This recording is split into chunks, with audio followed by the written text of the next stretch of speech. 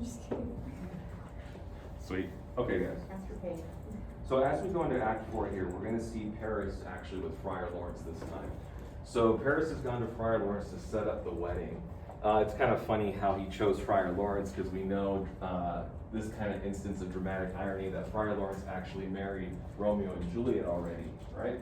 So he's going to be kind of at odds here.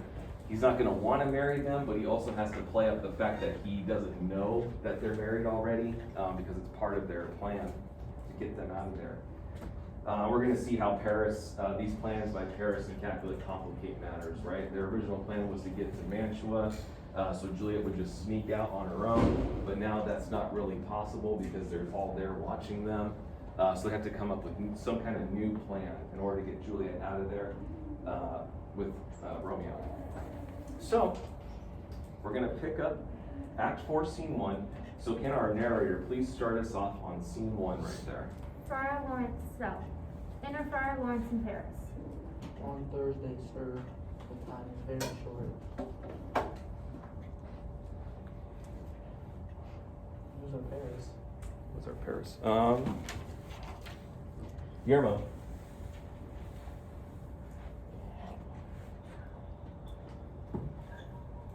My father, Captain, will have it so, and I'm nothing slow to slack his haste. You say you do not know the lady's mind. Uneven is the course. I like it not. Right, so Friar Lawrence has some reservations about this, right? He doesn't want to marry them because he says, well, there's some, Juliet doesn't seem like she's in love with you, and so we maybe should hold off on this for a little bit longer. And it's very soon, since it's only like 2 days away. So go ahead, Guillermo, with Paris. Immoderately she weeps for Tybalit's death, and therefore have a little talk of love. For Venus smiles not in house of tears. Now, sir, your father counts it dangerous that she do give her so much sway, and his wisdom hates our marriage to stop the inundation of her tears, which, too much minded by herself alone, may be put from her by society. Now do you know the reason of this haste? Okay, so Paris here is still under the assumption that Juliet is crying over Tybalt's death. But we know, in the twist of dramatic irony, that it's actually Romeo's banishment that she's crying over. So here we're going to see a little aside from Friar Lawrence kind of telling the audience, I know why, that the reason she's actually crying, but I wish I didn't have to actually know that because it's putting me in this awkward situation. So go ahead, Jackson, Friar Lawrence. Married. Oh, narrator, go for it. Aside. I knew not why it should be slow. Look, sir, here comes the lady toward my cell. Enter Juliet. Okay, so Juliet's going to come in here. She's going to be putting on an act for Paris here to try and make it look like she's actually willing to get married. It's a little tongue-in-cheek. She's not really happy about it. You'll see she kind of takes some digs at him. Also, I wanted to draw attention to Paris's kind of chunk of lines right before this. So he mentions Venus here. Do you guys know who Venus is? No? So she is actually the goddess of love, and she's the Roman version of the Greek character Aphrodite. Okay? So that's an allusion right there. So if you guys are looking for an example, once we get your Act 4 guided questions up, you guys will be able to use that as an example of allusion right there. Okay. So Guillermo, go ahead and pick it up with Paris right there. Happily met my lady and my wife. That may be, sir, when I may be a wife. There's that sass right there. That baby must be love on Thursday next. What must be shall be. That's a certain text. Come you to make confession to this father? To answer that, I should confess to you. Do not deny to him that you love me. I will confess to you that I love him. Okay, so Paris is already trying to say, look, don't act like you don't love me already. When I know you I love me, know you baby. love me, even though I don't even know you, really, to be honest. And we know that Juliet doesn't love him either. Capulet said you're gonna have to woo her heart in order for me to let you marry her. In the beginning, he changed his mind, obviously, in order to kind of make himself happier.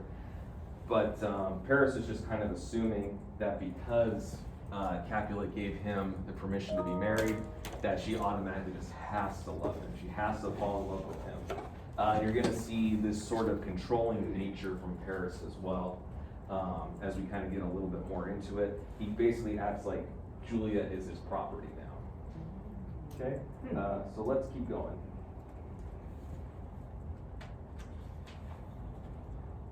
So will ye, I am sure that you love me. If I do so, it will be of more price, being spoke behind your back than to your face.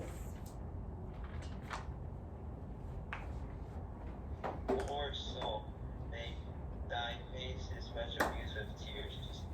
The tears have got small victory by that, for it was bad enough before their spite. The wrongest is more than tears with that before. That is no slander, sir, which is a truth. And what I spake it to my face. Thy face is mine, and thou hast slandered it. It Oh. may, Oh, sorry, one second. Okay, so Paris is basically saying here that I control you. Your face is my face. When you go out and about, your face represents me. So, can't be crying all the time because this is what I want you to look like. Again, this is basically another instance of him being controlling, and he's getting more controlling and kind of more assertive in this moment. Okay, so let's keep going. it may be so, for it is not mine own. Are you at leisure, Holy Father, now, or shall I come to you at evening mass? My leisure serves me, pensive daughter. Now, my lord, we must entreat the time alone. God, Sheila, I should disturb devotion. Julian, on Thursday early will I'll rise ye till then. Adieu, and keep this holy kiss. You can Oh, shut the door, and when thou hast done so, come weep with me, past hope, past cure, past help. Oh, Juliet, I already know the grief. It strains me past the compass of my wits. I hear them less than nothing might report it on Thursday, next be married to this county. Okay, so we have Juliet now alone with Friar Lawrence, and they need to come up with a new plan, right? So right now, their current plan isn't going to work because it's going to take too much time to enact. They wanted to get Juliet out of the city without anybody noticing, and unfortunately, now that she's getting married in a couple of days, they have to kind of speed things along even faster. So we're going to see the plan they kind of come up with here. We're going to see that Juliet's very desperate. She's basically willing to try anything she can to get out of this situation. And let's see here, what's left there? Okay, let's keep going, Juliet. Tell me not, friar, that thou hearst of this, unless you tell me how I may prevent it. If in thy wisdom thou canst give no help, do thou but call my resolution wise, and with this night I'll help it presently. God joins my heart to Romeo, thou our hands, and ere this hand by thee to Romeo sealed, shall be the label of another deed, or my true heart with a treacherous revolt turn to another, this shall slay them both. Hey guys, let's put the phones away for now, okay? Why would anyone be on their phone during class? What the heck? Yeah. Sorry, continue, Miss Lane. Therefore, out of thy long experienced time, give me some present counsel, or behold, twist my extremes, and this bloody knife shall play an umpire. arbitrating that which the commission of thy years and thy art could to no issue of true honor bring. Be not so long to speak. I long to die. If what thou speakest, speak not of remedy. All right, so let's unpack a little bit of what Juliet just said here. So we saw this line here, I think it's line 54, and with this knife I'll help it presently. So she's saying that there's some ultimatum I'm going to have. If I have to marry Paris, if there's no way around this, I'm going to take my own life and get out of this situation by any means I possibly can. So what we're going to see from the friar here is he's going to give her an alternative. He's basically going to say, look, I know that things are horrible right now. Things are very desperate for you. He's like, but look, if you're willing to do that far, then let me at least try this thing that maybe sound crazy or might be a little wild, but we'll try and use this first and see if we can get that situation resolved. So go ahead, Jax. Oh, daughter, I used by a time ago, which cars as desperate and execution as that is desperate, which we would prevent, if rather than to marry county Paris, though haste the strength of will to slay itself, then it's likely thou wilt undertake a thing like death to chide away the shame, the copus with death himself to escape from it, and if thou darest, I'll give thee remedy. Oh, bid me leap rather than marry Paris from off the battlements of yonder tower, Sure. or walk in Uh-huh. thievish Johnny, ways, or bid me office. lurk where You're leaving. serpents are. Go to the office, you're leaving. Oh, man. I was trying not to interrupt class. Chain me with the roaring bears, or shut me nightly in a charnel house, overcovered quite with dead man's rattling bones, with reeky shanks and yellow chapless skulls. Or bid me go into a new-made grave, and hide me with a dead man in his shroud. Things that, to hear them told, have made me tremble, and I will do it without fear or doubt, to live an unstained wife to my sweet love. I'll do anything to be with Romeo. Exactly. Okay, so now we're gonna get into Friar Lawrence's plan, so go for Jackson. Hold then, go home, be married, give consent to marry Paris. Wednesday is tomorrow. Tomorrow night, look that they lie alone. Let not the nurse lie with thee in thy chamber. Take thou as well, being then in bed, and this will liquor drink thou all. And presently through all my veins shall run a cold and drowsy human, for no pulse shall keep his native fire as a bed. Surcease no warmth, no breath shall testify. The lips, the rose in the lips and cheeks shall fade to pale ashes. The eyes' windows fall like death when he shuts up the day of life. Each part deprived of struggle, a supple government shall stiff and stark and cold appear like death. And in this borrowed likeness of shrunk death shall swat continue 2 and 4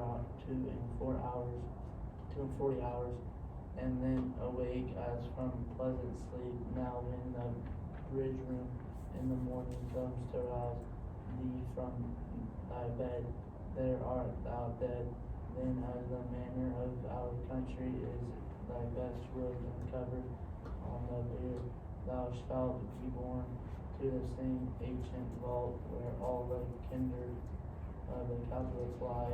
In the meantime against thou shall onward shall Romeo be my letter, now our drift. And Hildur shall come, and he and I will watch by walking, and that very night shall Romeo bear the hints of Sure. and this shall free thee from the present shame. There's no inconsistent thou, nor womishness, fear, abate thy valor, and the acting it. Okay, so we have a big plan here by Friar Lawrence, right? So he says, go ahead and tell Paris that you're going to marry him. So tomorrow night, you're gonna take this potion. This potion is gonna make you fall asleep for 42 hours. And during that time, when your family finds you, they're gonna think that you died. It's gonna make you look like you're in a state of death, basically. It's gonna mimic it. So what's gonna happen is when they find her, they're gonna take her to the tomb, right? Their family tomb. And in there, after a certain amount of time, Romeo and Friar Lawrence will be there to greet her when she awakes. And from that point, they're gonna go to Mantua together and live out their days together. Unfortunately, with this plan, it kind of makes it difficult for Juliet and Romeo to ever come back, right? Because Juliet basically has to fake her death. So the original plan probably would have been better, where she could come back and the families could reconcile and they can try to make their marriage official. Maybe Romeo could get his nobility title back. But in this case, it's kind of like they have to start over from scratch in Mantua. Okay, Juliet? Give me, oh, tell me not of fear. It's you, Jax. Hold, get you gone, be strong and propose in this resolve. I'll send Friar with speed to Mantua with my letters to thy lord. Love, give me strength, and strength shall halt afford. Farewell, dear father. All right, so Juliet is pumped for this plan. She is ready to go. She's like, give me that vial and I'll take it and we'll get out of here. So that's kind of where we'll leave off today. We're just reading the one scene. And then when we pick up in scene 2, we're gonna pick up with Capulet setting up the wedding. You're gonna see how he acts and how he behaves. He's all excited about the wedding. He's ready to have it done. And we're gonna see Juliet come back too, and kind of enact the plan as well. Okay, so with that in mind, I think we're ready to close this guy up, and we're gonna move on to the comedic relief. Was there anything you wanted to add? Nope, you did a great job. Sweet. Is Juliet on page 258, the one from the movie? Let me Is see. she, Yeah. in Charlie and the Chocolate Factory too, the original? I have no idea. She looks I do know that this movie was made in 1968. So probably not, because are you thinking of the, Original, so that's older. I think it might be older than the Chocolate Factory, you think? I don't know when the Chocolate Factory came out. She looks like Viola. Yes, she does. I hadn't noticed that, but you're right. she You're thinking does. the same thing, okay, so you were all thinking. So I want you guys actually keep your computers on. Why don't we log into Zoom together, okay guys? Ms. Pope, would you? I don't have a camera, so Well, that's okay, you won't need it. It's just your screen we're gonna use.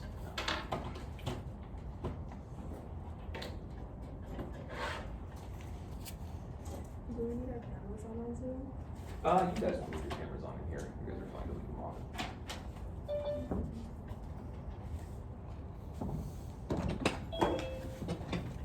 Do you need me? No, you're okay.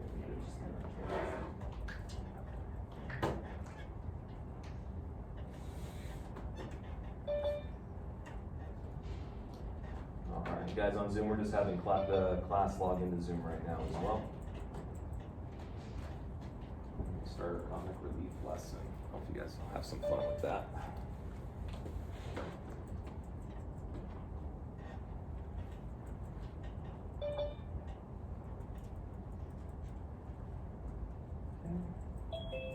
Everyone able to get in okay? Okay, perfect. All right, so let's share the screen here. I don't think so. Don't think so? Oh, no, you're the same actress. Oh, okay. Sorry. Okay, no worries. Okay, guys, so, Jacqueline, could you read that top definition for comic relief for me? In his tragedies, Shakespeare often includes some comic relief or humorous incidents that relieve overall emotional intensity. For example, the comic exchange between Peter and the musicians at the Act 4, Scene 5 follows the youthful scene in which Julia's body is discovered. Okay, perfect. So, comic relief is often used in order to alleviate high emotional intensity, right? So I want you guys, let's look at this real quick here. So let's see if you guys are familiar with this kind of image right here. And it's the kind of the plot of the story, right? So we have the beginning right here. we have the rising action, we have what would be the climax up here, and then the falling action, and then the resolution. But when we're talking about comic relief, what we're usually talking about is the tone of the story. So instead, we would see something that looks a bit like this.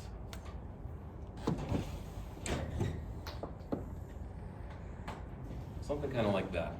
So if the base here would be a 1 on a scale, the top would be 10, and that would be emotional intensity of the scenes, right? So when we have these dips and valleys, we're able to bring that tone of emotion down to say like a 5 and then a 2.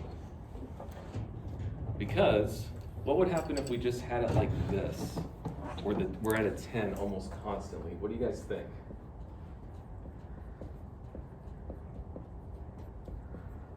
Would we be able to appreciate maybe the when that we are at a 10? Or do you guys think this would be like too constant and too like kind of jarring? So imagine if you're watching like maybe like a horror movie or something, and we're constantly like at a 10, and so you're just getting jump scare after jump scare after jump scare or something like that, and eventually you kind of become immune to it. So instead, what we do is we have these little dips and valleys, and we're able to create more emotion out of these 10s, right? Okay. And so with that in mind, what we're going to see later on in Act 4 at the end of it, we're going to see this moment of comic relief. It might not quite work for us since it's kind of different kind of comedy that Shakespeare uses for back in the day. It's just going to be kind of a lighthearted moment between Peter and the musicians. So, let's talk about the next part of comic relief. So we're going to have what we call the setup and the punchline. Okay? So this isn't like a hard and fast rule for comedic relief. This is generally how you guys can kind of look at it. So you'll have a setup for a joke, right? And then you'll have that punchline, which is what usually gets the laughs. So, let me give you guys an example here. So the example I used here was character 1. Oh no, there's a fire at the chocolate factory. Character 2, great, I'll go get the marshmallows and graham crackers. Right? So he's saying, character 1 sets up that there's a fire at the chocolate factory, and character 2 says, oh great, I'll go get the marshmallows and graham crackers, saying I want some, good s'mores. Let me give you guys one more. There's a magician that comes into town from Mexico, and he has a show to put on. And he says, I'm going to do this trick for you guys. I'm going to count to 3, and I'm going to disappear. He goes, 1, 2, and suddenly he's gone without a trace.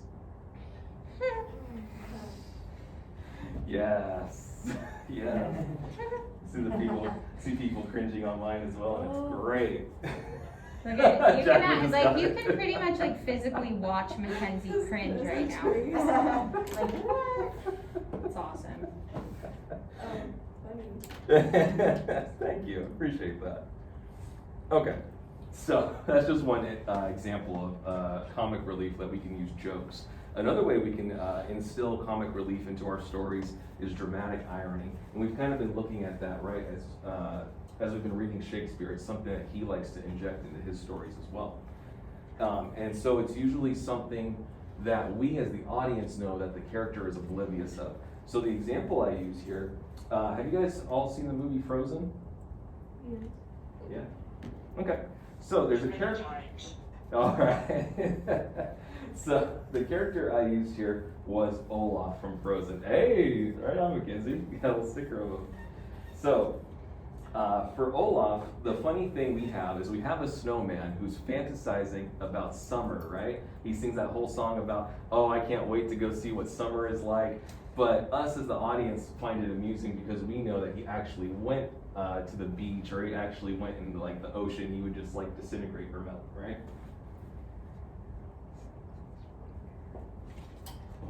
That's okay, Alani. Okay.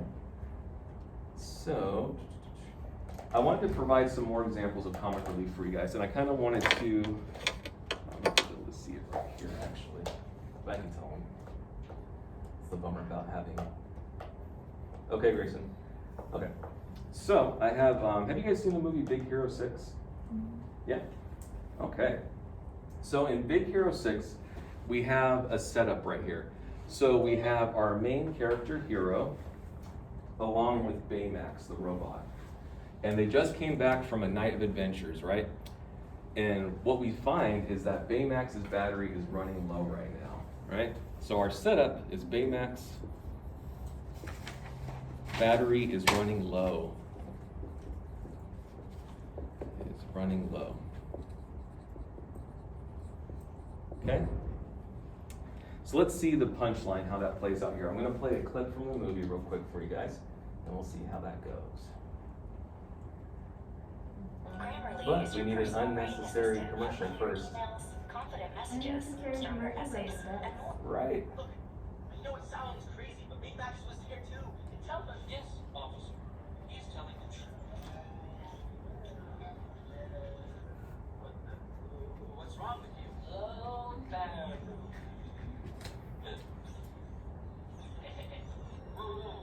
Try to keep it together.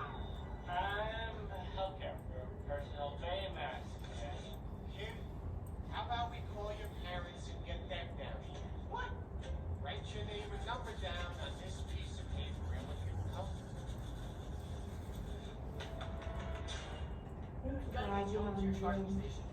It's wagging on Zoom. Is it? I will scan you now. Scan, please. This is healthcare. Let's see, I'm trying to pause it.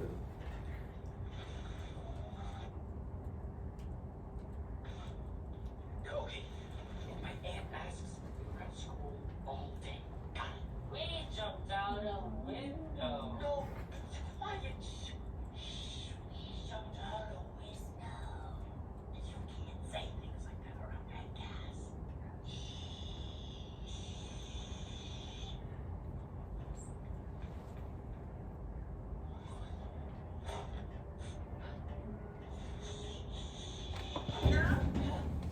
You home, sweetie? That's right. I thought I heard you. Right. Hey. Yes. Oh, look at my little college man. Oh, can't wait to hear all about it. Oh, things are almost ready. Whee! I will tell you guys that my children and I quote that part of the movie way too often. My kids will just randomly be like, "We jumped out a window," or sometimes they'll be like, "Wings." It's weird. I don't know why. The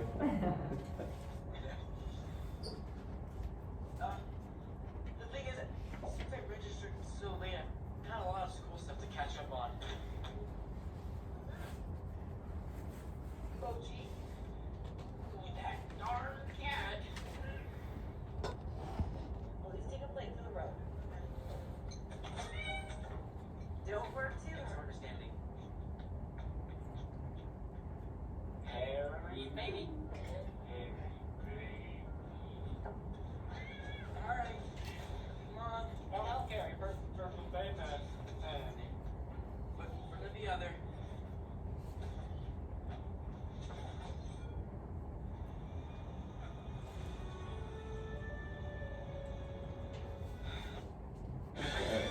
Whoop, another unnecessary ad. Okay, so with that scene in mind, what do you guys think the punchline is of that scene? Remember, our setup is that Baymax battery is running low. He's hilarious. He's hilarious? Delirious. Delirious, yeah. So Baymax is acting delirious. You can even say that he might be acting like he's intoxicated.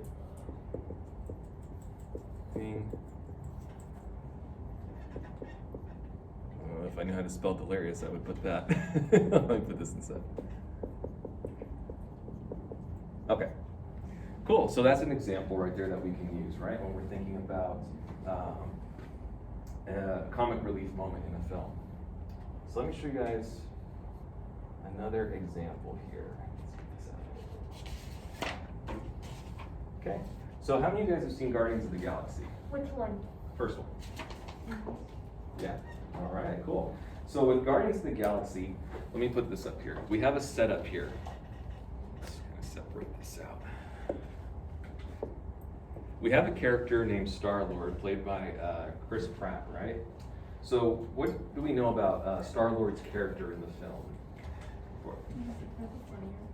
He's funnier. Yeah, exactly. So he's funny. I'm gonna break this up. Star-Lord is funny. What else about him? What is he like? Go, Rose. Oh, I was gonna say what he's like, but he's pretty much like the main comic relief. He's like the main comic relief. Okay, main comic relief character.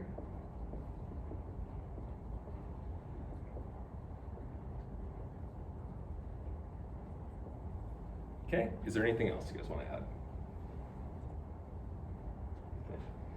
So let me add one more here. We know, if we've seen the movie, he likes 70s music and dance, right? And dance. Okay, there's a couple things there. So I'm gonna play a part of the movie for you guys. It's towards the end of the movie here. And so we have our main villain, Ronan. I think that's his name or something, forgettable Disney villain. But he's he has the Power Stone right now. And he wants to destroy the world, basically. He needs to be stopped by the Guardians. And so Star-Lord comes up with a plan. Let's see what that is here. That's not working. Why did that come up?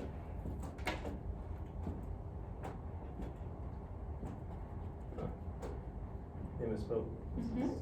Stuck here. Let's check it out.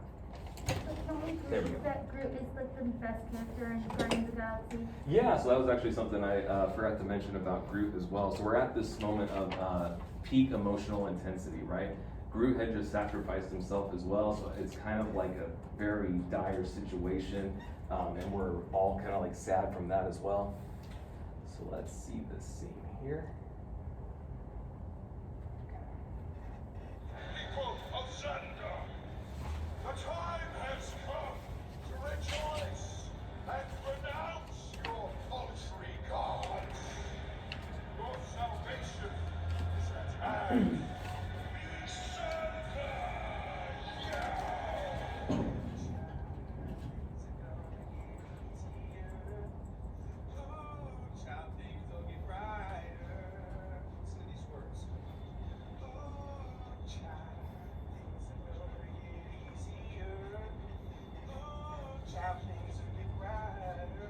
Bring it down hard. Day. Dance off, bro. Me and you. Come on. So, take it back. What are you doing? I'm distracting you, big turd blossom. Okay, so we're gonna avoid spoilers there with that one, but so we see that Star-Lord distracts him, right? But he distracts him in a way that I'm glad Rose pointed out that he's like, that is in line with his character, right? So we know that he's supposed to be funny and the main comic relief character, but he's also into 70s music and dance. So we see that he combines all this together in order basically to defeat the villain, right? In a dance battle. In a dance battle, that's right. So the punchline is a dance battle to defeat the main villain. Defeat villain. Cool.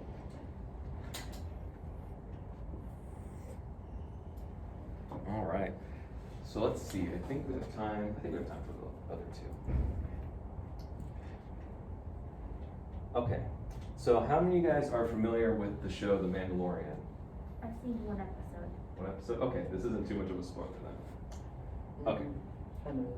Kind of is a little bit. Well, a character is a little bit. You seen the first episode? I don't know what episode. Okay. You familiar with the Baby Yoda? Yes. Okay, cool. So let's look at that really quick here. I have a clip from The Mandalorian. And keeping in mind this whole thing that we've kind of been discussing, when you're setting up a joke, you kind of have to look at the character, right?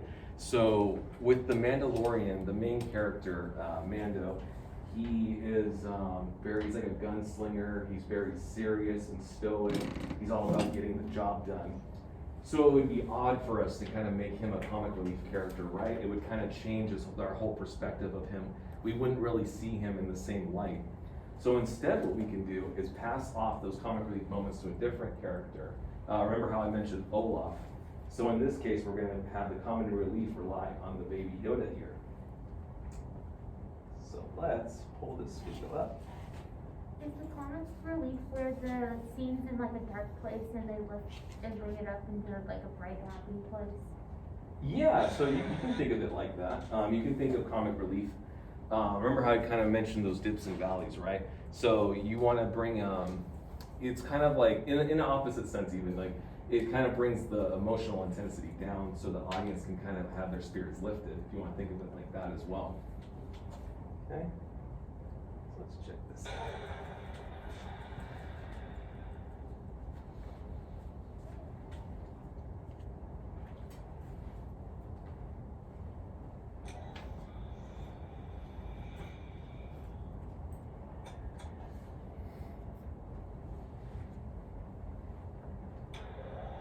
Stop touching things.